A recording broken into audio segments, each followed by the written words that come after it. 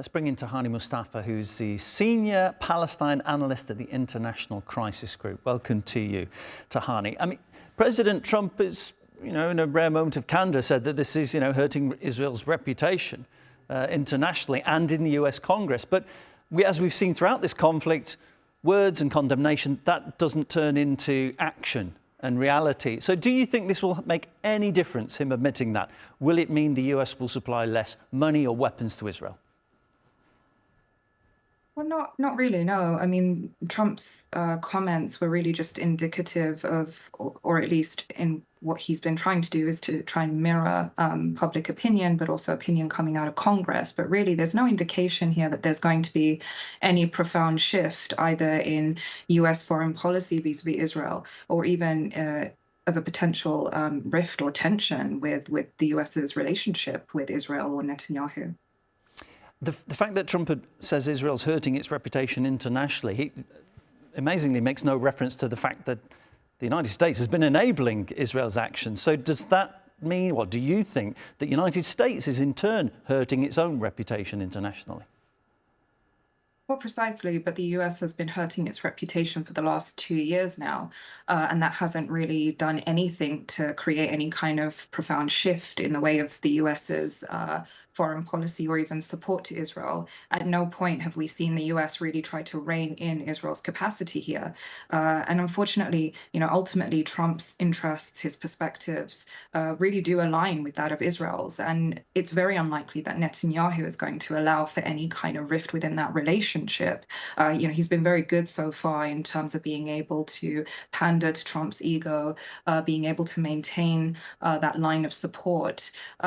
And really, ultimately, Trump's statements really are not indicative of any sort of serious shift here in the way of the US's support, regardless of whether the US itself is also now facing a PR crisis, which it has done. It has done for the last 2 years, and that hasn't been enough now to push the US in any positive trajectory.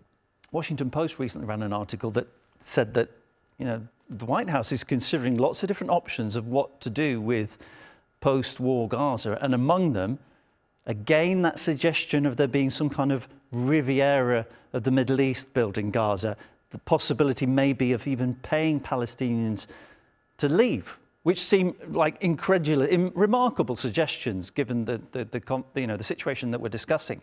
What do you see as being the future in terms of what Israel and the United States want?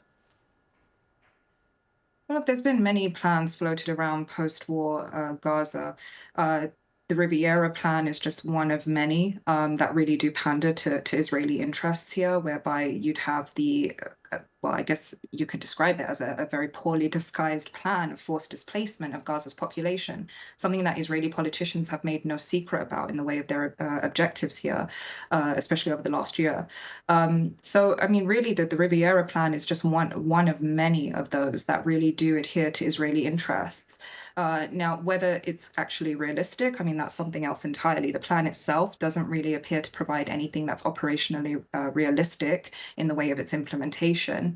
But I think most likely what we're going to continue to see, and which is absolutely within the realms of Israel's objectives here for Gaza, is this continuation of what Israel is already doing and has been threatening to do, which is the continued forced starvation of Gazans and forcing over 1 million Palestinians to evacuate and find shelter in the ruins of the south of the Strip, which we're already now seeing where, you've got the majority of Gaza's population that are being huddled into smaller and smaller patches of territory in the south of the Gaza Strip, something that many of us had warned about at the onset, whereby it was very clear that Israel's interest here was to do what it's been doing arguably since 2007, which is to make the Strip completely unlivable, uninhabitable for the majority of Gazans, and whereby they would be confined to smaller and smaller patches of territory, reliant on international aid for everything. And that's really what the Riviera plan in many ways sort of pushes towards in the way that it envisions any future for those Gazans that do decide to stay. Tahani, thank you so much for your time. Tahani Mustafa is my guest, Senior Palestine Analyst at the International Crisis Group.